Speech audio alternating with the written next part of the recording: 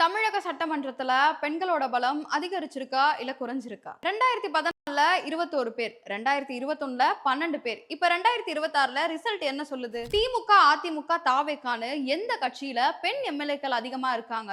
இதோ முழு விவரத்தையும் பார்க்கலாம் வாங்க. 2016 தேர்தல்ல மொத்தம் 21 பெண் எம்எல்ஏக்கள் ஜெயிச்சாங்க. அதுல அதிமுக தரப்புல மட்டும் 17 பேர்.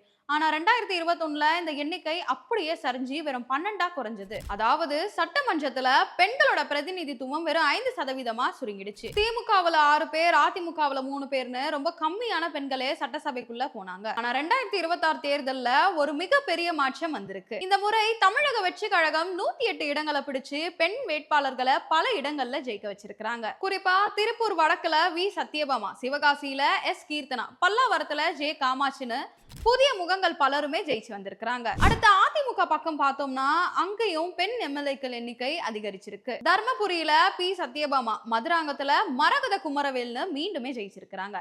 லால்குடியில லீமா ரோஸ்னும் அதிமுகவுல 5 பெண்கள் சட்டசபைக்குள்ள போறாங்க. ஆனா ஆளுங்கட்சியா இருந்த திமுகவுக்கு இது ஒரு பெரிய பின்னடைவு தான். இந்த முறையும் திமுகவோட பெண் வேட்பாளர் ஒரு தொகுதியில கூட ஜெயிக்கல. முன்னாள் அமைச்சர் கீதா ஜீவன் உட்பட முக்கிய பெண் தலைவர்கள் கூட தோல்வியை தழுவி இருக்கிறாங்க. ஆனா வழக்கம் போல 117 பெண்கள்னு சரிபாதி இடங்களை கொடுத்த நாம் தமிழர் கட்சி சீமானும் இந்த முறை ஒரு சீட் கூட வாங்கல. அதே சமயம் கம்யூனிஸ்ட் கட்சியான சிபிஐஎம் சார்பா கீழ்வேலூர் தொகுதியில டி லதா ஜெயிச்சு சட்டமன்றத்துக்குள்ள இடதுசாரி பெண்களோட குரலாவும் ஒலிக்க போறாங்க. பெரிய நட்சத்திர வேட்பாளரா இருந்தாலும் வானதி சீனிவாசன், தமிழிசை சவுந்தரராஜன் போன்றவர்களுக்கு மக்கள் இந்த தடவை சட்டமன்றத்துக்குள்ள போக அனுமதி கொடுக்கல. ஆனா தேமுதிகவுல இருந்து பிரேமலதா விஜயகாந்த் அவர்கள் விருதாச்சலத்துல நூழிலை வித்தியாசத்துல ஜெயிச்சிருக்காங்க. இந்த முறை சட்டமன்றத்துக்குள்ள போற பெண்களுடைய எண்ணிக்கை 13. ஒட்டு மொத்தமா பார்த்தா 2021 விட 2026 சட்டமன்றத்துல பெண்களோட குரலே சற்று அதிகமா ஒலிக்க போகுதுன்னு தெரியுது. இந்த டேட்டாவை பத்தி நீங்க என்ன நினைக்கிறீங்க? சட்டமன்றத்துல